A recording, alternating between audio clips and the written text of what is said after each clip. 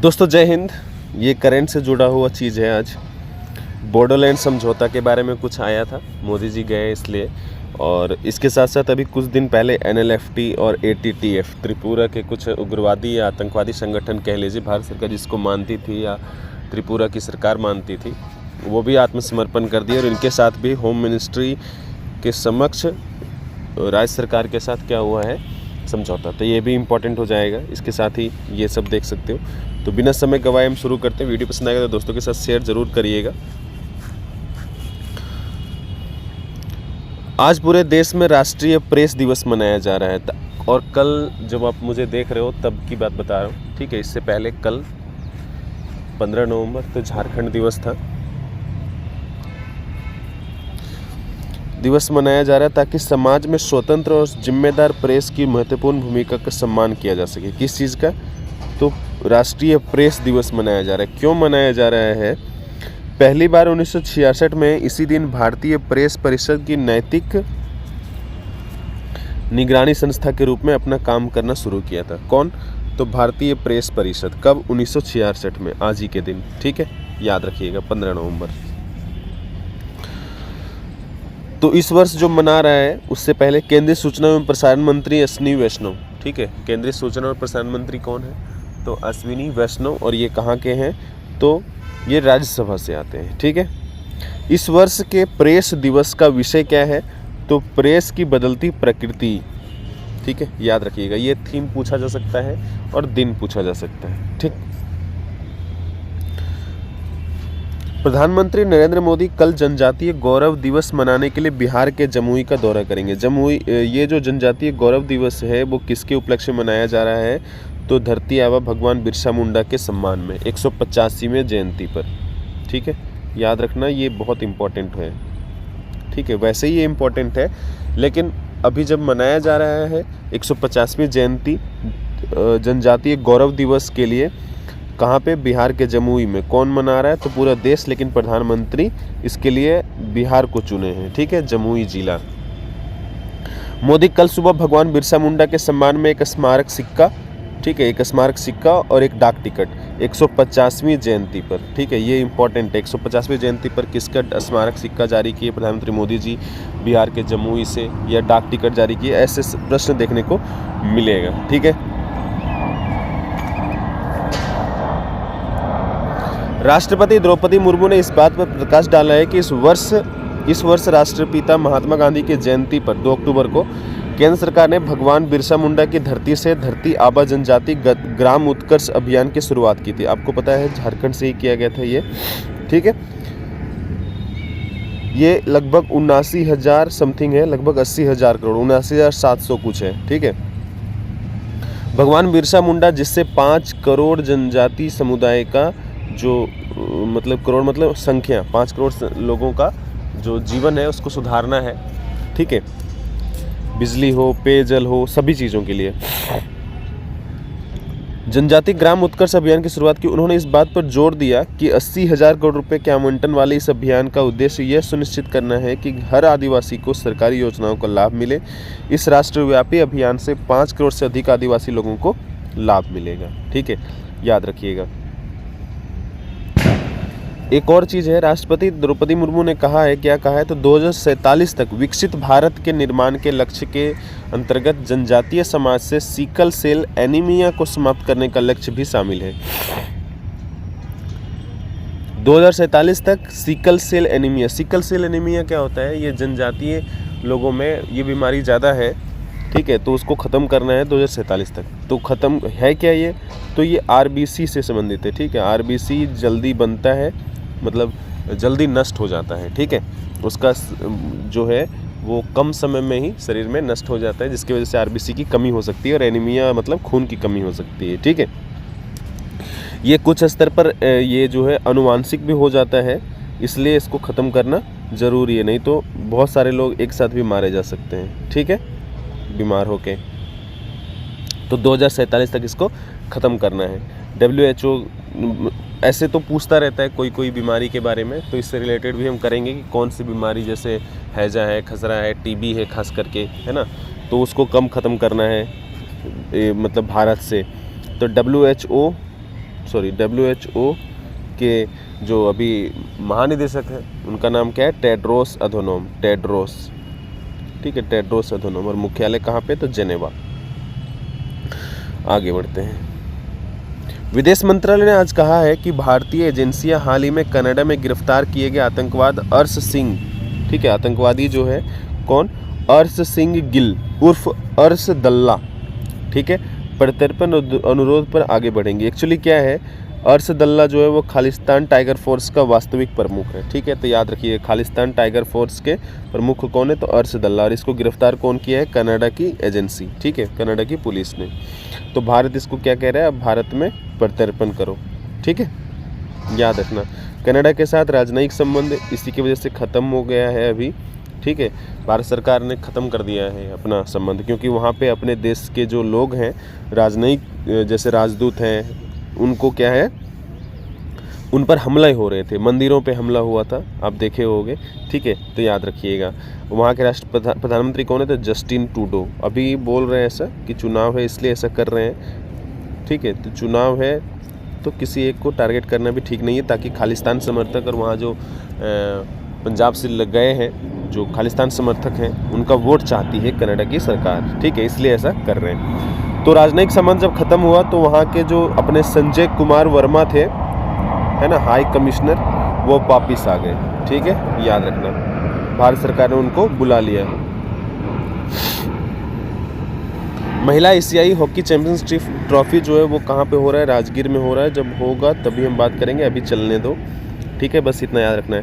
प्रधानमंत्री नरेंद्र मोदी ने कहा है, क्या कहा है, तो 2020 के शांति समझौते के बाद, एक्चुअली बोडोलैंड जो है उस पर एक शांति समझौता हुआ, आपको पता हो, ठीक है, असम में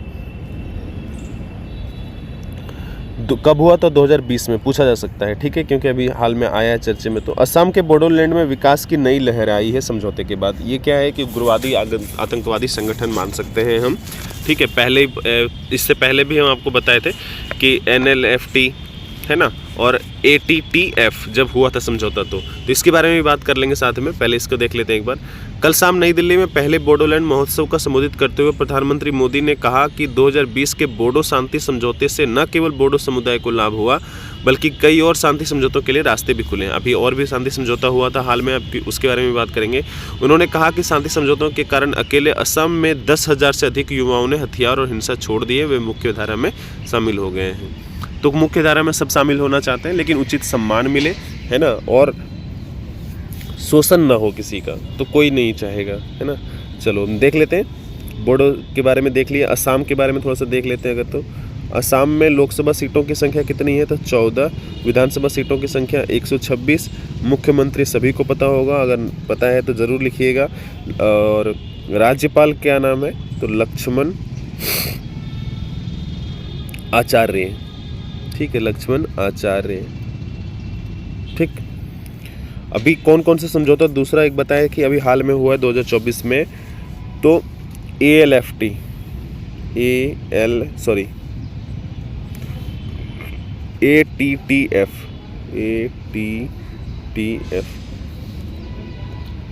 ऑल त्रिपुरा टाइगर फोर्स, ये आत्मसमर्पण कर दिया।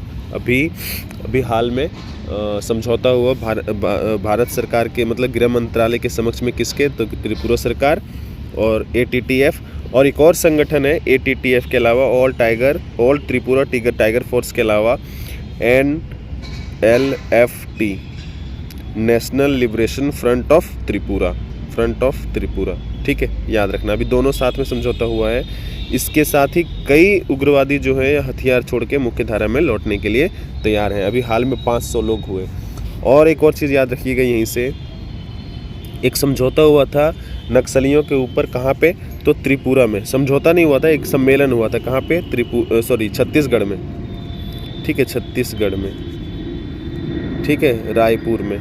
क्या हुआ था, तो इसके पड़ोसी राज्यों के साथ, जैसे झारखंड है, बिहार है, उत्तर प्रदेश है, सभी राज्यों का, ठीक है। क्या हुआ था, तो नक्सली को ख़त्म करने के लिए एक सम्मेलन हुआ था गृह मंत्रालय के या गृह मंत्री के अध्यक्षता में, जिसको ख़त्म कब करना है, तो 2026 तक, ठीक। लेकिन ज़रूरी ये है कि मुख्य धारा में लौटे और जो उनका मान सम्मान है वो रहे, है ना, कि चलो गुरु नानक जयंती जो है अपना देश मना रहा है। एक्चुअली इनका जन्म कब हुआ है तो 15 अप्रैल, ये पहले गुरु हैं, ठीक है, सिख के, ठीक है, सिख धर्म के, ठीक, याद रखिएगा। 15 अप्रैल 1469 1469 में, ठीक है।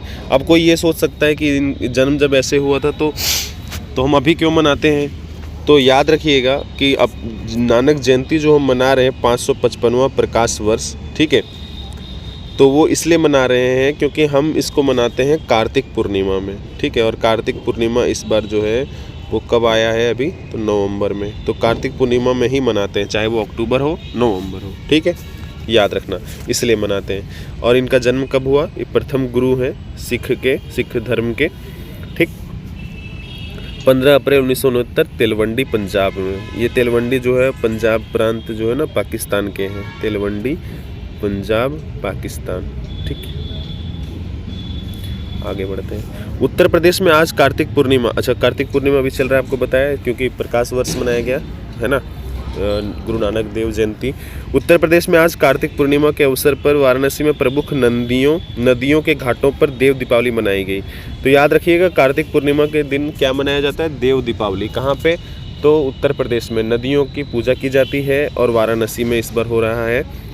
तो उपराष्ट्रपति जगदीप धनखड़ ने राज्यपाल आनंदीबेन पटेल, तो राज्यपाल कौन है उत्तर प्रदेश के, आनंदीबेन पटेल, मुख्यमंत्री तो पता ही होगा, है ना, केंद्रीय मंत्री हरदीप सिंह पुरी की मौजूदगी में वाराणसी में नमो घाट का उद्घाटन किया गया, ठीक है। तो वाराणसी में एक नमो घाट का, वैसे भी वाराणसी से प्रधानमंत्री मोदी जी आते हैं,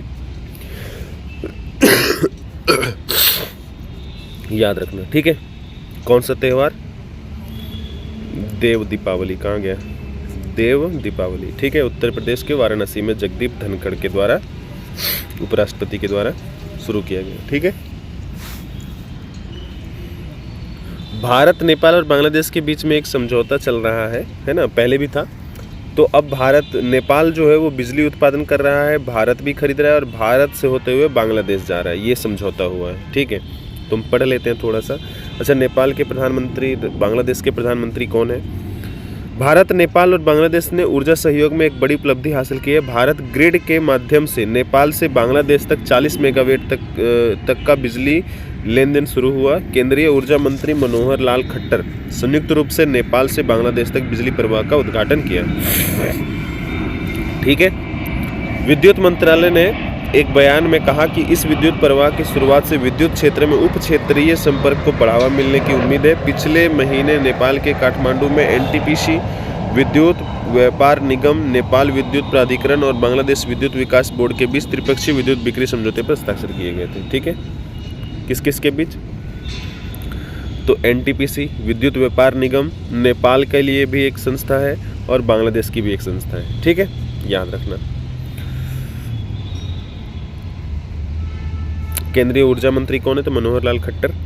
बांग्लादेश के प्रधानमंत्री कौन, मोहम्मद यूनुस, ये प्रधानमंत्री नहीं है, अंतरिम है ये यूनुस, ठीक है। और उसके बाद नेपाल के केपी शर्मा ओली। बाकी देश के बारे में केपी शर्मा ओली, ठीक है। श्रीलंका में भी चुनाव हुआ था, तो वहाँ की जो पार्टी है ना, श्रीलंका के सत्तारूढ़ राष्ट्रपति जो राष्ट्रपति हैं उन्हीं की पार्टी अनुरा कुमारा दिसानायके की जीत हुई है। पार्टी का नाम क्या है, तो नेशनल पीपुल्स पावर, ठीक, याद रखना। बाकी बनने तो प्रधानमंत्री जरूर बात करेंगे हम। प्रधानमंत्री, अच्छा राष्ट्रपति का क्या श्रीलंका का नाम आया तो जान लो थोड़ा सा।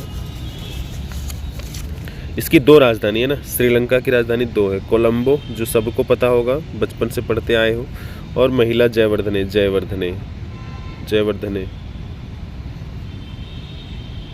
ठीक है, मैं जयवर्धने। करेंसी तो रुपया है, वहाँ की भी श्रीलंकन रुपया। राजदूत वहाँ पे कौन है, राष्ट्रपति तो यही है अनुरा कुमारा दिसानायके, और वहाँ के जो राजदूत है भारत के जो राजदूत है वहाँ पे, उनका नाम क्या है, संतोष झा, ठीक है, संतोष झा,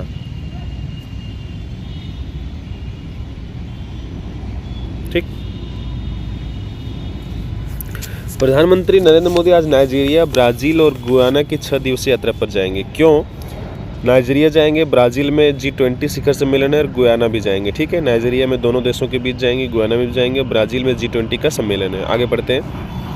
3 देशों की अपनी यात्रा के पहले चरण में प्रधानमंत्री मोदी नाइजीरिया के राष्ट्रपति बोला अहमद टिनुबू के निमंत्रण पर नाइजीरिया जाएंगे। 17 वर्षों में किसी भारतीय प्रधानमंत्री की नाइजीरिया की पहली यात्रा होगी। ठीक है, 17 वर्षों का मतलब आप सोच लो कौन गया होगा इससे पहले, है ना। मतलब मनमोहन सिंह तक कोई नहीं गया, मनमोहन सिंह के पहले गए होंगे अटल बिहारी वाजपेयी, है ना, क्योंकि 17 वर्ष तो यहीं ख़त्म हो जाएगा। ठीक, तो नाइजीरिया के बारे में हम बात करेंगे जब प्रधानमंत्री जाएंगे। तो फिलहाल राष्ट्रपति देख लो अहमद टिनुबू। ठीक, और उसके बाद G20 शिखर सम्मेलन के लिए ब्राज़ील जाएंगे। ठीक है, G20 शिखर सम्मेलन जो है वो ब्राज़ील के रियो जेनेरिया में होने वाला है, रियो डी जेनेरिया में। इससे पहले 18वां जो हुआ था 2023 में, वो कहाँ पे हुआ था? तो अपने देश भारत, नई दिल्ली में। ठीक है, आगे जब होगा तो हम ज़रूर बात करते चलेंगे आगे। फ़िलहाल एक और चीज़ याद रखिएगा, प्रधानमंत्री मोदी नहीं, कल हम बात किए थे इसके बारे में, अजरबैजान, है ना, अजरबैजान के काबू इसकी राजधानी है, काबू। ठीक है, काबू में ही क्या हो रहा है? तो हो रहा है, क्या हो रहा है? COP29 हो रहा है, COP29, है ना। 1995 में इसकी शुरुआत हुई थी। COP29 जलवायु परिवर्तन से संबंधित एक समझौता जो है उससे रिलेटेड एक सम्मेलन आयोजन हुआ है 2024 में। COP29 कहाँ पे? तो अजरबैजान की राजधानी बाकू में, और यहाँ की करेंसी क्या है? तो मनत। ठीक है, MANAT। चलो अभी इतना ही। वीडियो पसंद आए तो हमारे साथ बने रहने के चैनल को सब्सक्राइब करिएगा, और कुछ लिखना चाहो तो लिख सकते हो, पूछ सकते हो। मिलते हैं फिर। जय हिंद।